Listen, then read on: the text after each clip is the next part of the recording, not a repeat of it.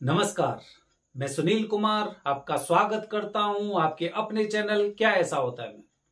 दोस्तों, क्या आपकी कुंडली में मंगल दोष है? क्या आपको आपके ज्योतिषी ने या आपके गुरुजी ने बोला है कि आपकी कुंडली में उच्च का मंगल दोष है, या फिर आपके सप्तम भाव में मंगल है, आपके 8वें भाव में मंगल है? उस स्थिति में आपके ज्यादातर गुरुजी या एस्ट्रोलॉजर होते हैं, वो आपको सलाह देते हैं कि आपको, अगर आप लड़की हैं तो कुंभ विवाह करिए, और अगर पुरुष हैं, लड़के हैं, तो इनको अर्क विवाह करना चाहिए। लेकिन क्या ये पूजा हमेशा होती है कि किसी भी मंगलवार को जाइए और मंगलवार को पूजा कर ली? तो दोस्तों, अगर आपके दिमाग में यह सवाल है तो ये पूरा वीडियो देखिए और पसंद आने पर कमेंट बॉक्स में हर हर महादेव जरूर लिखना। दोस्तों, सनातन धर्म के अनुसार कुंडली के हर प्रकार के दोष के निवारण के लिए अलग अलग स्थानों पर पूजा बताई गई है। हम हमेशा से अपने चैनल के माध्यम से लोगों को बताते रहे हैं कि कालसर्प दोष की पूजा के लिए सर्वश्रेष्ठ स्थान त्र्यंबकेश्वर, पितृदोष की नारायण नागबली के लिए त्र्यंबकेश्वर, दूसरा मत सोचिए, त्रिपिंडी श्राद्ध के लिए त्र्यंबकेश्वर। अगर आपको अपने पितरों का श्राद्ध करना है, गया जी जाइए, प्रयागराज जाइए, काशी जाइए, हरिद्वार जाइए, ब्रह्म कपाल जाइए, मतलब इस जगह जाके आप उनका श्राद्ध कर सकते हैं।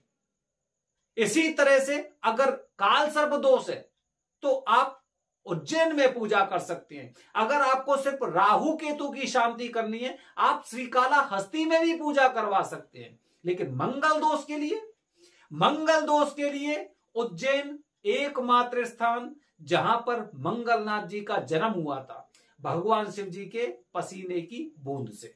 ठीक है दोस्तों, जब कभी लौंद का महीना या फिर मलमास आता है, हम आपसे एक ही बात बोलते हैं कि इस समय में आपको पूजा नहीं करनी चाहिए।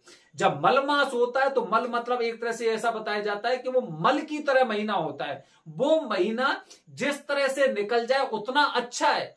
उसमें आप मनी मन में जाप करिए, भगवान शिव जी की प्रार्थना करिए, भगवान विष्णु की प्रार्थना करिए। मतलब इसमें जप की, लघु रुद्राभिषेक या फिर जाप, जो 1.25 लाख महामृत्युंजय मंत्र के जाप होते, इनकी महिमा बताई गई है। लेकिन अगर आप ये कहते हैं कि आपको, चाहे भले ही आप त्र्यंबकेश्वर जा रहे हैं, चाहे आप महाकाल के मंदिर में काल सर्प दोष की पूजा करने जा रहे हैं, फिर भी अगर मलमास होगा तो हम आपसे हमेशा कहते हैं कि इस महीने में पूजा मत करिए, ये पूजा अभी करने का समय ठीक नहीं है। इसी तरह से दोस्तों, मंगल दोष में, वैसे मंगल दोष की पूजा आप किसी भी मंगलवार को कर सकते हैं, लेकिन अगर किसी को कुंभ विवाह करना है, किसी को अर्क विवाह करना है, तो कृपया ध्यान से सुनिए। 17 सितंबर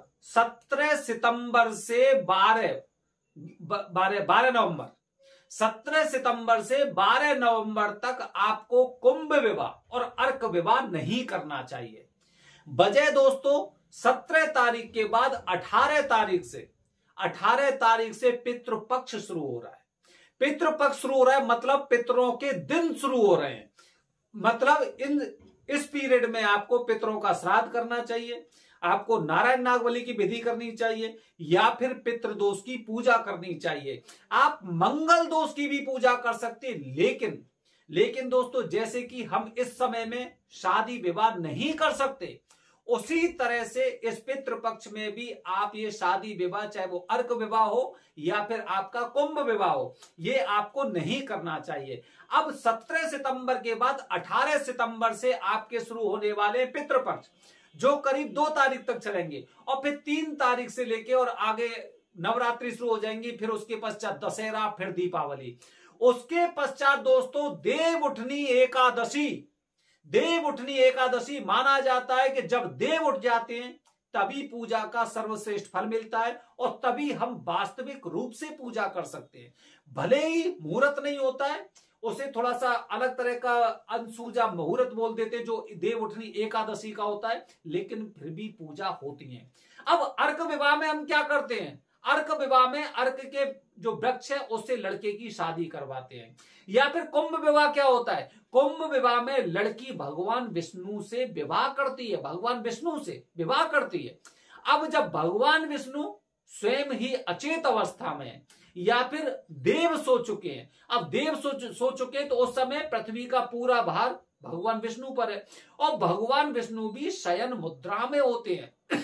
अब शयन मुद्रा में भगवान विष्णु है, तो उस स्थिति में, उन परिस्थिति में आप किस तरह से कुंभ विवाह कर पाएंगे? तो इसीलिए अब आपको 2 महीने का इंतजार करना पड़ेगा। मंगल दोष की पूजा आप कर सकते हैं, लेकिन मंगल दोष के साथ अगर आप ये चाहते हैं कि आपका कुंभ विवाह हो जाए या अर्क विवाह हो जाए, वो आपको नहीं करना चाहिए। और हम अपने चैनल के माध्यम से बताते हैं कि अभी 17 तारीख के बाद 12 नवंबर तक हम किसी भी तरह का कोई भी विवाह नहीं कराएंगे। मंगल दोष की पूजा से संबंधित अर्क विवाह और कुंभ विवाह नहीं कराएंगे। इसलिए जो लोग ये पूजा करना चाहते हैं, या तो 17 तारीख को करिए, या फिर 12 नवंबर के बाद जो भी मंगल आएगा उस दिन आप करिए। तभी आपकी ये पूजा सही मानी जाएगी कि भगवान विष्णु भी जागृत अवस्था में आ जाएंगे और आपकी पूजा बहुत अच्छे फल देगी। दोस्तों ध्यान रखिए, 2 महीने का समय ऐसा है कि इसमें आपको इस तरह का विवाह नहीं करना चाहिए। भले ही आपको कोई गुरुजी बोल रहे हैं, आपको कोई पंडित जी बोल रहे हैं, इन चीजों का आपको थोड़ा सा ध्यान रखना चाहिए। कौन सी पूजा हमें कब करनी है और करनी है या नहीं करनी है, या फिर किस पूजा के हमें बहुत अच्छे परिणाम मिलेंगे, फल मिलेंगे, उसका ध्यान भी आपको रखना है। बने रहिए हमारे चैनल के साथ। दोस्तों आने वाले वीडियो बता रहा हूं पितृदोष से संबंधित, त्र्यंबकेश्वर जाने वाले ना, तो आपको पितृदोष की पूजा के कुछ जरूरी बातें। हर हर महादेव, हरिओम।